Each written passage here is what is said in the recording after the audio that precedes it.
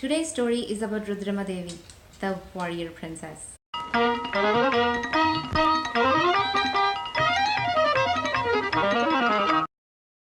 Ganapati Devudu and his queen Narama of the Kakatiya dynasty, they did not have a male heir. They only had one female child, whom they named Rudramma Devi.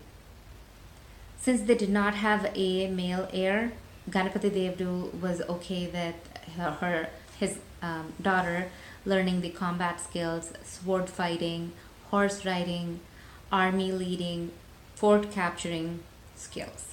Like everything a good king is supposed to learn. Um, everything a good prince is supposed to learn in order to become a successful king. And Rudramma Devi was surprisingly very good at pretty much every one of these art forms. She was a very good warrior, and she was also learning martial arts and everything. But her mom was not very happy about this situation. She felt like, Rudramma Devi is a girl. She should be doing girly things, like pretty things. She should be learning painting, dancing, singing, not warrior stuff. It's too macho. What man would marry her? She has to eventually marry a guy. And guys, dig girly girls. So that was her opinion. And Ganapati Devudu did not object to his wife, but, he did not put a stop to the daughter, what the daughter was learning. And not just in the house, but even outside the house, like, Rudramma Devi's entourage of girlfriends, even they were like kind of jealous that she gets to learn everything while they sit at home and just cook food and do menial labor, stuff like that. So they started to like humiliate her, make her feel less like a woman. So one time they took it to the extreme.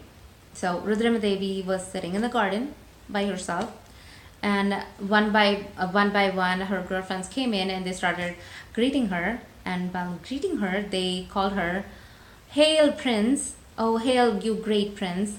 Prince, Prince, Prince, all masculine." She kind of understood. Rudram Devi kind of understood like what was going on. She was like, "Okay, this is one more of the thingies, so I'll go through it." And she was like, "Okay, what do you want from your prince?" That's what she asked her, girlfriends. And they were like, "Oh my God, she's playing along. What do we do?" And they were like, "Okay, let's do this. Let's ask her. Let's take her word to never ever touch another weapon again." And they asked her, "Oh, dear prince, we would be so happy if you never ever touched another weapon." And hearing this, she was like deeply hurt.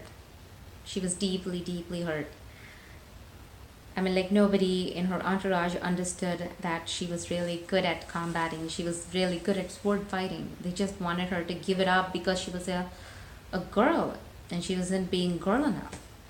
But but she has given them her word that she's going to do whatever they ask her to do. If she gives it up, it's going to break her dad's heart. What is she going to explain to her dad?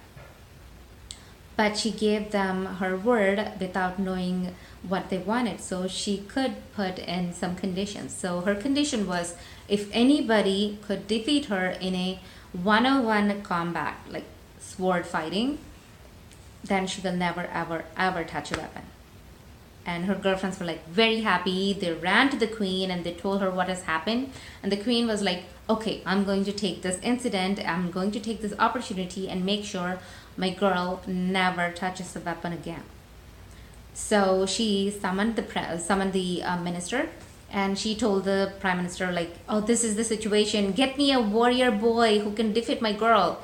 And he was like, "Madam, I've known your Kakatiya dynasty forever. Pretty much everybody who's born in this dynasty is really good at sword fighting. It's kind of hard to defeat them in a one-on-one combat."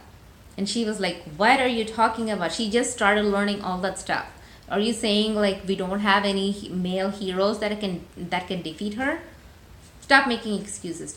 Just bring me a male warrior." So he's like, "Okay, so our commander-in-chief, and his son is like very macho, and he is like Everybody thinks of him as like the warrior. So let's put like Rudramma Devi and him in the arena tomorrow and see who wins. And that's what they do. The next morning, they put both of them in the arena, and in no time, Rudramma Devi defeats him.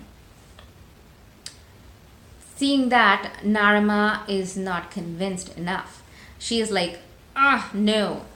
If not this guy, there should be some other guy who can defeat my daughter. So she announces all over the kingdoms that anybody who can defeat Rudramma Devi will be, given the position of the commander-in-chief. So many macho men come, and many princes from other kingdoms, they also come over to fight her, and to win over the kingdom and the position, but nobody wins. Rudramma Devi defeats pretty much everybody, and she shuts everybody up forever. I know that I'm just telling all of this to you in like a 5-minute story, but when this happened, she had to get into the arena and fight, and she had to like protect herself and win over her opponents, and she had to prove to her own people what she's capable of doing. That's kind of hard, really hard. And that's what she had to go through, to prove that her passion does not make her less girly. After this, she went on to becoming a queen, and not just a queen. We had many female queens. She was a very successful queen, and she was really good at combat and wars. Really good. She was a very good general. And we'll be hearing more stories about her life in other stories. Okay? Thank you.